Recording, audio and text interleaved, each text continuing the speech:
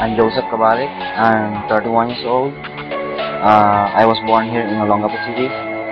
I'm a tattoo artist.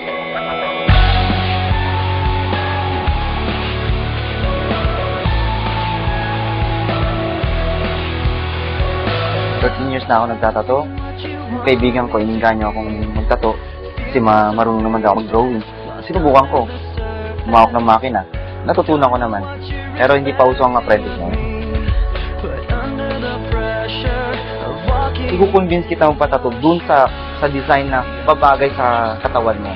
Pag ready na talaga yung mind nila na magpatato, yun yung time na pwede silang magpatato talaga. Kasi pag nagpatato ka ng hindi mo gustong design, lifetime mo siyang pag-ibig.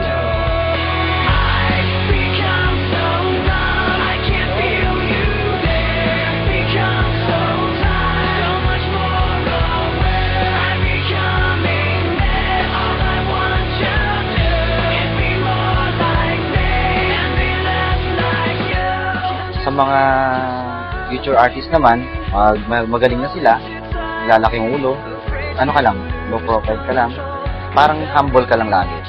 Kahit na alam ng ibang tao na magaling ka.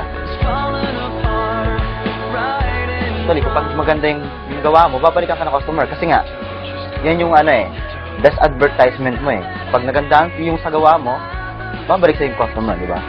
Pero pag, ang disadvantage naman, kapag di maganda yung gawa mo, maraming magreklamo sa'yo at ikukwento ka rin nila. Yun ang disadvantage.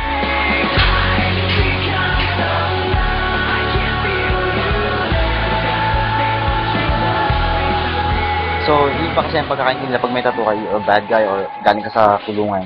Siguro naman hindi mo may judge ng isang tao sa balat ng isang tao, di ba?